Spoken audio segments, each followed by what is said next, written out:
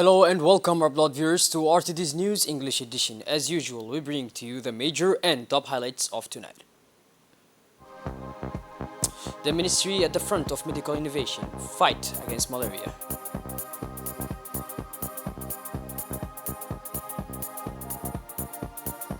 And on the international scene, hope of the high seas. First aid ship en route to Gaza despite challenges.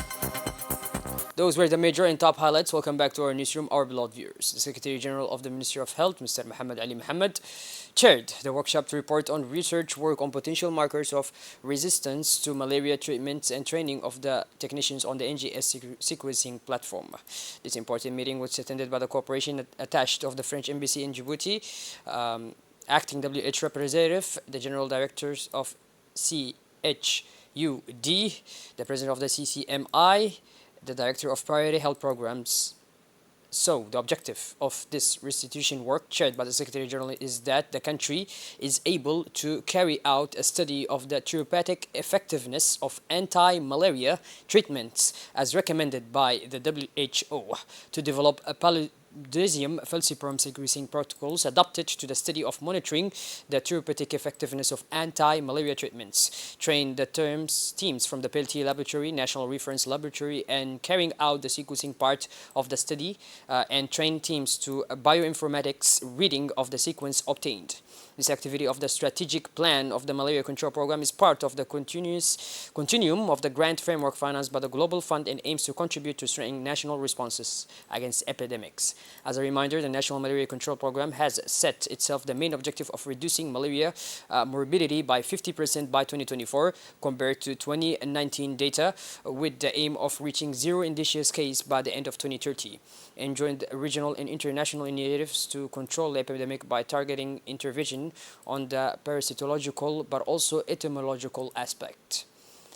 In his intervention, the acting representative of the WHO office in Djibouti thanked the Secretary General for his invitation to participate in this reinstitution of this work, in which allows the Republic of Djibouti to join the initiatives recommended by the World Health Organization. The Secretary General of the Ministry of Health declared that the technicians trained in sequencing constitute a lasting investment in the human potential of the country for the production of a superior quality evidence in the field of health in general and the fight against malaria in particular. Today, the Chief of General Staff of the Armed Forces, Lieutenant General Zakaria Sheikh Ibrahim, received at the Camp Sheikh Usman the new commander of the Chinese base in Djibouti, Senior Captain Li Shuao. This meeting was an opportunity for the two senior military officials to discuss military relations between the Republic of Djibouti and the People's Republic of China. The Chief of General Staff of the Armed Forces warmly welcomed the new commander of the Chinese base in Djibouti and expressed his desire to strengthen ties between the two armies within the framework of mutually beneficial cooperation. They agreed to continue regular exchange and collaboration in various areas of common interest. For his part, the Chinese senior captain expressed his gratitude to the Chief of the General Staff of the Armed Forces for his kind welcome and underlined the continued commitment of the People's Republic of China to promote mutual cooperation in all areas.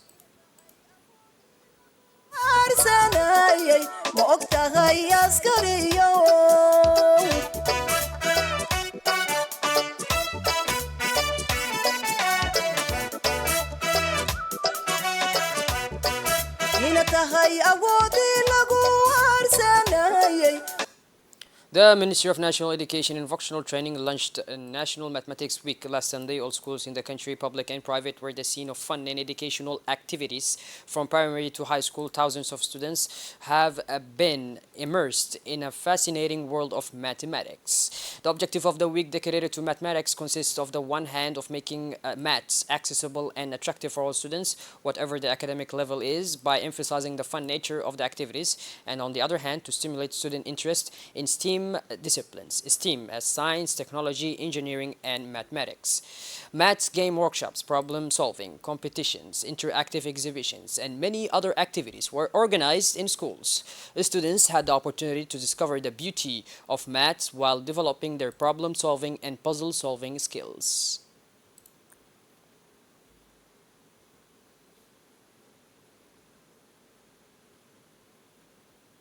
The headquarters of the Ali Sibih Regional Council hosted last Monday the ceremony of handing over the previous year's zakat in the third and fourth tranche of orphan sponsorship contributions. The financial support event brought together around 100 orphans and many elderly people with limited means of living. This noble gathering of humanitarian action began with the reading of a verse from the Holy Quran. The interventions of the officials followed one another at the microphone to praise. It brought together the prefect of the region, Mr. Abdul Malik Muhammad Bunaita, the president of the regional council, Mr. Sharmanki Hassan Allale, the general director of the Diwan al-Zakat Foundation, Mr. Suleiman Hussein Musa, and the members. Firstly, the representative of the Ministry of Muslim Affairs and Waqfs, he thanked the presence of the regional officials and people benefiting from financial aid. The President of the Republic, His Excellency Mr. Ismail Omar Ghali, is the initiator of this aid program for orphans and all those who have directly or indirectly worked on the implementation of this program, namely the Ministry of Muslim Affairs and Waqfs Property, Mr. Mu'min Hassan Bari. As part of a strain of social solidarity on the occasion of the holy month of Ramadan, the religious attaché inaugurated yesterday evening the program of the Servant of the Two Holy Places aimed at providing iftar in Djibouti for the year Hijri of 1445 corresponding to 2024 at the Salman bin Abdul Aziz Mosque, under the supervision of the Embassy of the Custodian of the Two Holy Mosques in Djibouti. Through this humanitarian initiative, the religious attached offers an iftar meal for the benefit of 3,005 fasting people during the month of Ramadan. It should be noted that the Kingdom of Saudi Arabia, since its founding, has spared no effort to serve Islam and Muslims in various parts of the Arab and Islamic world. It is also worth noting that the Embassy of the Custodian of the Two Holy Mosques hosts a daily group iftar at the King Salman Mosque in Djibouti. As part of the African Games in Accra, Djiboutian athletes have started their journey in remarkable fashion. Muhammad Barakat and Hussein Gabir shone in the swimming events, achieving impressive performances in the 100-meter freestyle and butterfly. At the same time, the four cyclists representing Djibouti delivered remarkable performance during the first stage of 163 kilometers, marking their first participation in this continental competition. In cycling, today's event was won by an athlete from Mauritius, followed by two Eritrean cyclists. For our representatives, the two other challenges remain: the race against time and the team stage.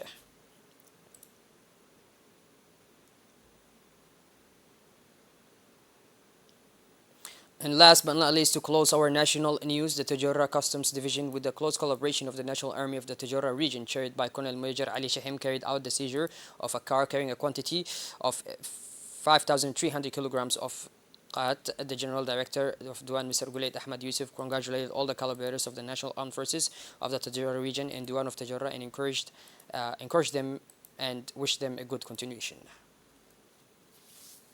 Shifting gears towards the international scene now, the city of Johannesburg, South Africa's economic capital, is currently facing a worsening water shortage, significantly disturbing the daily lives of thousands of residents. Guantang Water Treatment Company, Rand Water, has announced that one of its pumping stations will be suspended following a massive power outage, leaving large parts of Johannesburg without water.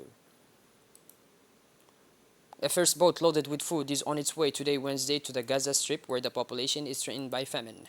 In addition to bombings, after 5 months of Israeli bombing Palestinian civilians with no respite in sight, the boat from the Spanish NGO Open Arms, loaded with 200 tons of food, left the Cypriot port of Laraka yesterday using a courier set up by the European Union and several countries. Well, by this, our blood viewers, we finally conclude this edition. Thank you for being with us, and make sure to tune in later for more. Have a wonderful evening.